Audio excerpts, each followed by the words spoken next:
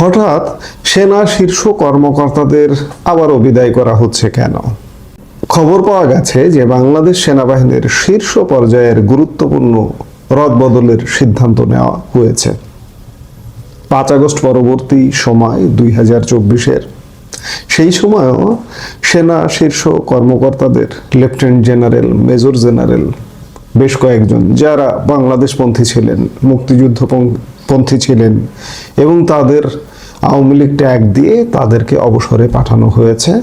আবারও বেশ 1.5 বছরের মাথায় এসে যারা মুক্তিযুদ্ধের পক্ষের সেনা কর্মকর্তা এবং তাদের মূলত সোজা কথা যদি বলেন আওয়ামী ট্যাগ দিয়ে তাদেরকে অবসরে পাঠানো হচ্ছে এবং সেনার শীর্ষ পর্যায়ে জামাতপন্থী কিংবা পাকিস্তানপন্থী কর্মকর্তাদের দিয়ে ভরিয়ে ফেলানো হচ্ছে। শীর্ষ পর্যায়ে আছেন কয়েকজন, কিন্তু যারা আছেন মুক্তিযুদ্ধপন্থী, বাংলাদেশপন্থী তাদেরকে বিদায় করা হচ্ছে। সেনাবাহিনীর chief of general staff CGS lieutenant general Mizanur Rahman Shamim এবং ঢাকার ন্যাশনাল ডিফেন্স কলেজের বর্তমান commandant lieutenant general Mohammad Shahinul হককে অবসরে পাঠানো হচ্ছে। তাদের স্থলে সশস্ত্র বাহিনী বিভাগের principal staff officer PSO lieutenant general SM. Kamrul হাসানকে সেনাবাহিনীর নতুন চিফ অব জেনারেল স্টাফ হিসেবে নিয়োগ দেওয়া হচ্ছে। একই সঙ্গে সেনাবাহিনীর quartermaster general QMG lieutenant general Mohammad Faizur রহমানকে সশস্ত্র বাহিনী বিভাগের নতুন প্রিন্সিপাল স্টাফ অফিসার হিসেবে দায়িত্ব দেওয়ার সিদ্ধান্ত হয়েছে। কোয়ার্টার মাস্টার জেনারেল কিউএমজি হিসেবে আর্মি ট্রেনিং অ্যান্ড ডক্ট্রিন কমান্ডের লেফটেন্যান্ট জেনারেল মোহাম্মদ মাইনুর রহমানকে নিয়োগ দেওয়া হবে। প্রধান উপদেষ্টার কার্যালয়ে একটি নির্ভরযোগ্য সূত্র বিষয়টি নিশ্চিত করেছে।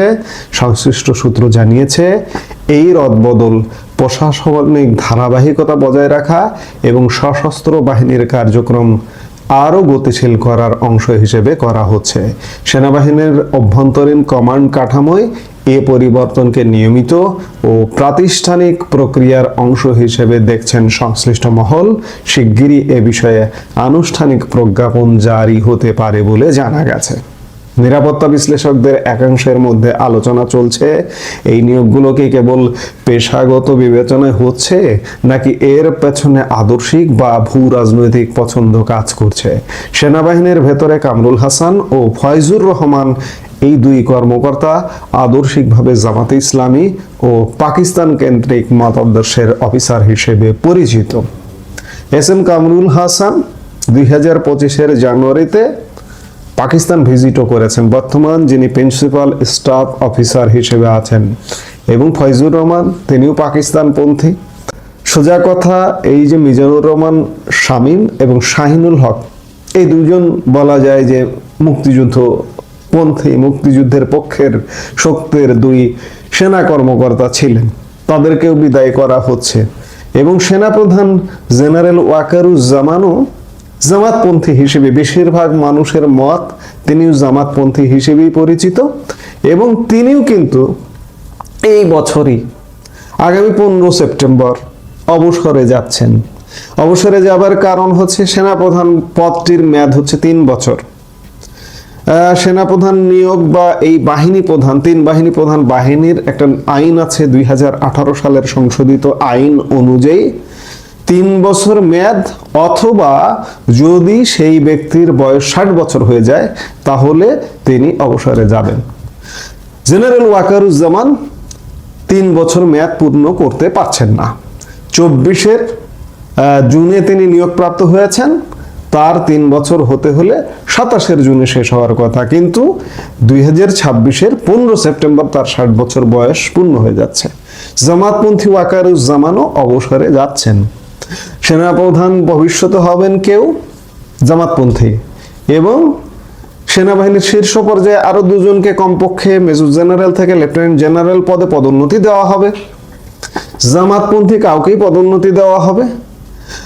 সোজা কথা, সেনাবাহিনী পুরোপুরি জামাতিকরণী হয়ে যাচ্ছে বা হয়ে গেছে। এখান থেকে বেরোবেন কিভাবে বা বের হবেন কিভাবে, সেটি খুব বড় ধরনের প্রশ্ন হয়ে দেখা দিচ্ছে মনে হয়। আগামীর বাংলাদেশ কি হবে এটা বলা কঠিন, আসলেই বলা কঠিন। এর থেকে উত্তরণ বা উত্তরণের উপায়, উত্তরণের পথ আগামীতে যারা বাংলাদেশ চালাবেন, রাজনৈতিক দল, তারাই নির্ধারণ করবেন। আমার মাঝে মাঝে মনে হয় যে বাংলাদেশ কি ইরানের পথেই হাঁটছে নাকি। ইসলামী প্রজাতন্ত্র ইরান 1979 টু আজকে 2026, 45 বছরের ইরানের ইসলামী প্রজাতন্ত্র খমেনি প্রজাতন্ত্র। আমরা জামাত প্রজাতন্ত্রে ঢুকে পড়ছি কিনা সেটি কিন্তু ভাববার বিষয়। নতুন নতুন উদ্বেগ, উৎকণ্ঠার খবর আসছে যখন, তখন কিন্তু সেটি মনে হচ্ছে। আমরা ইতিমধ্যে নানা আলোচনায় আলাপও করেছি যে জামাতি হয়তো ক্ষমতায় যাবে, ছাত্র সংসদ যেভাবে দখলে নেওয়া হয়েছে, ক্ষমতা কাঠামোতে জামাতও দখলে নেবে। আপনি বিভিন্ন জায়গা যদি দেখেন, সব জামাতের দখলে। বিএনপি নাই, কিন্তু সর্বোচ্চ আদালতের প্রধান বিচারপতি থেকে শুরু করে কদিন আগে নিয়োগ হলো জামাতপন্থী। যাবেন কোথায়? অর্থাৎ জামাতের মধ্যে দেশটা যে ঢুকে যাচ্ছে, এটি মনে হচ্ছে। এই মুহূর্তে এ পর্যন্ত। সবাই ভালো থাকুন, সুস্থ থাকুন।